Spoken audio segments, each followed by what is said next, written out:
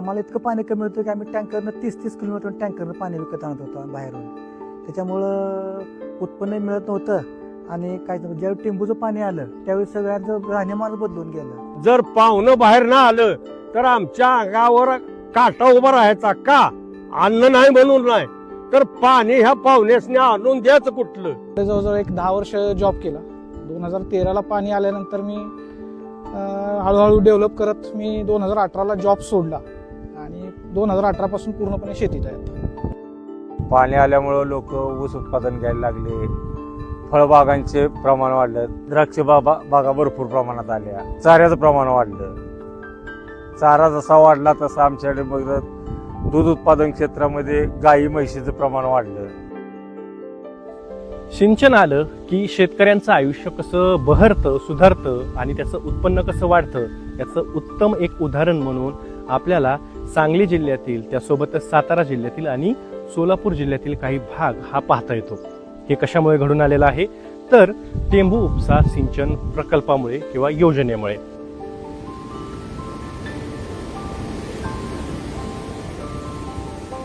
टेंभू उपसा सिंचन योजनेचे पाणी उचलण्यासाठी सातारा जिल्ह्यातील कराड तालुक्यात टेंभू गावाजवळ कृष्णा नदीवरती टेंभू बॅरेज बांधण्यात आले आहे. पाणी उचलण्याकरता आवश्यक पाणी पातळी नियंत्रित करण्याकरिता टेंभू बॅरेज येथील उभी उचलद्वारांच्या मदतीने आवश्यक पाणी पातळी राखली जाते. या ठिकाणी 15 बाय 9 मीटर आकाराची एकूण 11 उभी उचलद्वारे कार्यरत आहेत.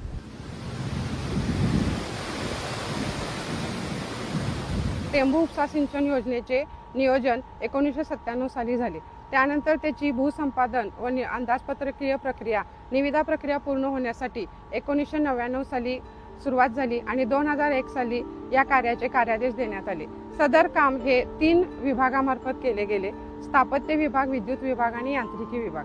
स्थापत्य विभागाकडून सर्व पंपगृहाचे बांधकाम, कॅनॉलचे बांधकाम, डिलिव्हरी चेंबरचे बांधकाम आणि त्याचे मायनस याचे बांधकाम पूर्ण करण्यात आलेले आहे. तसेच विद्युत विभागामार्फत MSCB कडून 220चा सप्लाय घेणे आणि तो 6.6 kV मध्ये कन्व्हर्ट करून पंप हाऊसमध्ये देण्याचं काम विद्युत विभागाने केलेले आहे. जवळजवळ 1075 HP ते जास्तीत जास्त 2200 HP पर्यंतचे पंप, 108 पंपाचे निर्मिती, उभारणी, कार्यान्वितीकरण यांत्रिकी विभागामार्फत झालेले आहे. पंपांना वीज पुरवठा करण्यासाठी 220 kV व 33 kV कळयंत्र आवाराची उभारणी करण्यात आली आहे. या कळयंत्र आवारामध्ये MSCB कडून सप्लाय घेऊन ट्रान्सफॉर्मर व इतर विद्युत उपकरणांच्या साहाय्याने पंपांना 6.9 kV विद्युत पुरवठा देण्यात येतो. येथे या बाजूला हे पंपगृह आहे आणि या बाजूला ही नदी आहे, कृष्णा नदी. कृष्णा नदी इकडून वाहत येते आणि त्या नदीची पाणी पातळी वाढवण्याकरिता, फुगवटा निर्माण करण्याकरिता आपण तिथे टेंभू बॅरेज गेट बांधलेले आहेत. पाणीची पातळी आपल्याला पंप चालवण्याकरिता जितकी आवश्यक आहे तितकी निर्माण झाल्यानंतर या संपमध्ये पाणी घेतो. इथे 6 कंपार्टमेंट्स आहेत. प्रत्येक कंपार्टमेंटमध्ये 6 असे पंप आहेत. एकूण 33 पंप आहेत. त्यापैकी 30 पंप अविरत कार्यरत असतात, 3 स्टँड बाय पंप आहेत. या पंपाद्वारे पाण्याची उचल करून आपण डिलिव्हरी पाईपद्वारे एका पंपाची डिलिव्हरी पाईप या मॅनिफोल्डला जोडली जाते आणि असे एका मॅनिफोल्डला 6 पंपाच्या डिलिव्हरी पाईप जोडल्या जातात. एका मॅनिफोल्ड मधून 2500ची एक ऊर्ध्वगामी नलिका किंवा रायझिंग मेन बाहेर पडते आणि त्यातून पाणी 1B येथे संपला सोडले जाते. त्या बॅरेजवरती एक ठराविक पाणी पातळी मेंटेन केली जाते बॅरेजच्या गेटद्वारे. तिथे पहिला टप्पा आहे 1A. तिथून आपण पाणी उपसा करून उचलून आपण टप्पा 1B वितरण हौदात टाकतो. सर्वसाधारणपणे ते अंतर 3.5 किलोमीटरचं आहे. 6 मोठमोठ्या वितरण नलिकेद्वारे आपण पाणी या वितरण हौदात टाकतो. नंतर पुन्हा या टप्पा 1B इथून पाणी उचलून आपण या खंबाळे बोगद्यामध्ये सोडतो पाणी.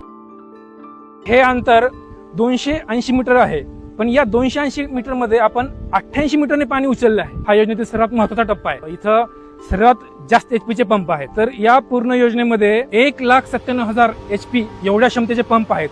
सर्वसाधारणपणे 2000 क्युसेक्स एवढं पाणी, एवढ्या क्षमतेने आपण पाणी उचलू शकतो.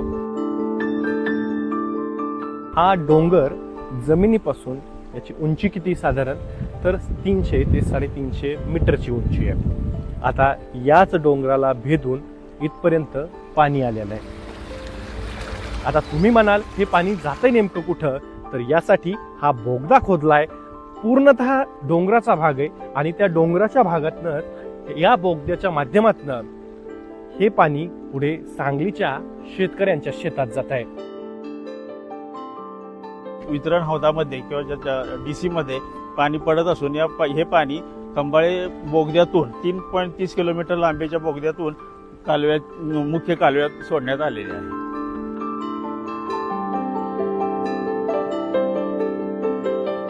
त्यावेळेच्या परिस्थितीमुळं मी बाहेर पडलेलो, पण ज्यावेळेस पाणी आलं आणि लकीली मला 2015ला मी ॲग्रोवनचाच सेमिनार ड्रॅगन फ्रूटचा अटेंड केलेला पुण्याला. तर तिथं मला बऱ्यापैकी माहिती भेटली. त्याच्यानंतर मी अजून प्लॉट व्हिजिट हे करत सगळं स्टडी करून 2016ला मी पहिल्यांदा म्हणजे खानापूर या आसपासच्या 2-3 तालुक्यात पहिला प्लॉट माझाच आहे. 2016ला पहिल्यांदा प्लांटेशन केलं 15 जून 2016. त्याच्यानंतर मग हळूहळू त्यात व्हरायटी चेंज करत गेलो, प्लॉट वाढवत गेलो. बऱ्यापैकी आर्थिक घडी बसली आहे चांगली. या भागामध्ये एकेकाळ दुष्काळ असायचा. या भागातील शेतकऱ्यांना पिण्याचं पाणी सुद्धा सहज उपलब्ध व्हायचं नाही. रात्रभर जागं राहावं लागायचं पिण्याच्या पाण्यासाठी. पण आता मात्र याच भागातील शेतकऱ्यांनी ऊसाचं उत्पन्न घ्यायला सुरुवात केलेली आहे. त्यासोबतच हळद असेल, आळं असेल, त्यासोबत द्राक्ष असतील किंवा इतर जी काही नगदी पिकं आहेत ज्यांना भरपूर पाणी लागतं, अशी पाण्याची पिकं सुद्धा, नगदी पिकं सुद्धा या भागातील शेतकऱ्यांनी घ्यायला सुरुवात केली आहे. आणि त्यातूनच या भागाची एकूणच प्रगती आपल्याला झाल्याचं पाहायला मिळत आहे. टप्पा 1 वरून पाणी उचलले जाते, नंतर ते पाणी टप्पा 2 पर्यंत नेले जाते. तिथून पुढे लिंक 1 मधून ते पाणी पुढे आणले जाते. ती लिंक 1 ची लेंथ 15 किलोमीटर आहे आणि तिथून ते हिंगणगाव तलावात पाणी फीड केलं जातं आणि हिंगणगाव तलावातून ते पाणी लिंक 2 मधून वाहून नेऊन माहुलीपर्यंत नेले जाते. लिंक 2 कॅनॉलची लेंथ 0 to 31 किलोमीटर अशी 31 किलोमीटर आहे. लिंक 2 द्वारे आपल्या पाणी या टप्पा 3च्या पंप हाऊसमध्ये येतं. इथं टप्पा 3 मध्ये आणखी पाणी परत लिफ्ट केलं जातं. आता इथे 2 ब्रँचेस आहेत, 3A आणि 3B. तर 3A ला 22 पंप येतं. त्याचं पाणी आपण पुढे खानापूर, आटपाडी, कवठेमहाकाळ आणि सांगोला इकडे पाठवलं जातं. कडेपूर तालुक्यामध्ये 9,325 हेक्टर आपलं सिंचन क्षेत्र आहे आणि जवळपास 40 गाव आपण त्यामध्ये सामावलेले आहेत. त्यापासून खानापूर तालुक्याचा विचार केला तर 18,975 हेक्टर पाणी आपलं क्षेत्र सिंचनाखाली आणलेलं आहे आणि त्यामध्ये जवळपास 65 गाव आपण कव्हर केलेले आहेत. तासगाव तालुक्यामध्ये 7,700 हेक्टर पाणी आपण घेतलेलं आहे आणि 34 गाव आपण कव्हर केलेले आहेत. आटपाडी तालुक्यामध्ये 16,000 हेक्टर पाणी आपण वापरलेलं आहे, सिंचन क्षेत्र केलेलं आहे हेक्टर आणि 47 गावं आपण त्यामध्ये कव्हर केलेले आहेत. कवठेमहाकाळमध्ये 7,872 हेक्टर पाणी आपण पुरवलेलं आहे आणि जवळपास 31 गावं आपण कव्हर केलेले आहेत. आणि सांगोला जो अगदी इथून 80-86 किलोमीटरचा कालवा आहे आपला, त्याच्या ठिकाणी सुद्धा जवळपास 20,000 हेक्टर आपण पाणी पुरवलेलं आहे आणि 31 गावं आहेत त्यामध्ये. अशा पद्धतीने जवळपास सर्वत्र मिळून 267 गावं आपली ऑन पेपर आहेत, पण 300च्या आसपास गावं आपलेली आहेत. आता जवळपास 3.5 लाख एकरच्या आसपास आपण या पूर्ण टेंबू योजनेतून पाणी आपण 100% पुरवल्यात 2 वर्षामध्ये आपण यशस्वी होतो. पूर्वीच्या काळात आमच्या भागामध्ये ही स्कीम याच्या अगोदर 2 कारखाने होते साहेब, सह्याद्री कारखाने, रेटरे कारखाना. तदनंतर आता या भागात जवळजवळ 7 कारखाने झालेत, साखर कारखाने. आणि आम्ही केंद्रबिंदू आहे, तोंडोली साखर कारखान्याचं केंद्रबिंदू आहे. इथून 85 किलोमीटरवरती ऊस जातो. 5 कारखाने आजूबाजूला झालेत, संपूर्ण कारखाने फुल जातात. या गावात 45 टोळ्या चालतात. ऊस तोडीच्या टोळ्या 45 आणि 2 मशीन चालतात. कारखाना चालू झाल्यापासून बंद होईपर्यंत. 95 साली स्वर्गीय आमदार संपतरावजी देशमुख हे आमदारकीला उभं राहिलं आणि त्यांनी ही टेंबू योजनेचा जन्म प्रपोजल अनिल भाऊंच्या माध्यमातून, त्यावेळेला ते आमदार 94-95 ला होते, त्यांच्या माध्यमातून, कारण आम्हाला राजकीय विरोध होईल म्हणून त्यांच्या माध्यमातून ते मंत्रालयात सबमिट केलं. मनोहर जोशी साहेबांना खंबाळ्याच्या बोगद्यापाशी रस्त्याकडला पहिलं भूमिपूजन केलं आणि मग मनोहर साहेबांनी मुख्यमंत्र्यांची सूत्र हातात घेतल्या ह्या कामाला मंजुरीला म्हणजे इस्टिमेट करायला गती दिली, त्यावेळचं इस्टिमेट ह्या टेंबूचं 16,500 कोटीचं होतं. टेंबू सुरू झाली तसं सगळ्यांचं जीवनमान बदललं. सगळ्या लोकांना पाणी झालं, जे कोणी मग ते बोर मारल्या, कोणी विहिरी पाडल्या, कोणी पाईपलाईन केल्या आणि सगळ्या लोकांचं राहणीमान उत्पन्न वाढलं. आता आमच्या गावात जवळजवळ नाही म्हणतात जवळजवळ 2,000 एकर ऊस आहे. आता कसं झालं, लोकांना ऊसाचं पहिलं कोरडवाहू होतं, मग ते कोरडवाहू का सिजनल पिकाचं. आता ऊसाचं उत्पन्न ऊस केल्यामुळे कोणा 2 एकर कोणा 4 एकर, तेव्हा 2 लाख 3 लाख रुपये 4 लाख असं वार्षिक उत्पन्न मिळायला लागले.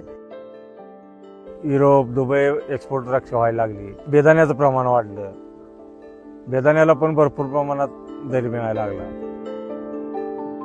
ही इतकं पाणी बघून कृष्णामाई स्वतः आम्ही आता रोज आमच्या वंजळीत बघतोय.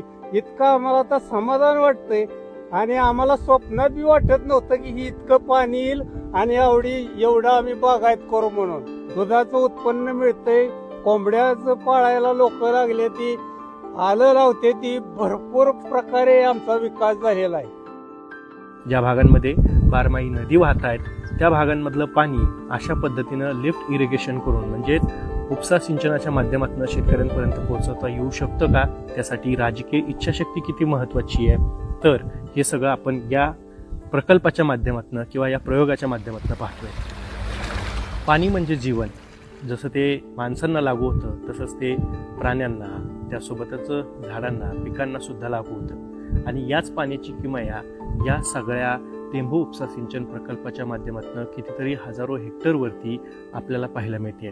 तुम्हाला या सगळ्याबद्दल काय वाटतंय? तुमची प्रतिक्रिया कमेंटमध्ये नक्की कळवा.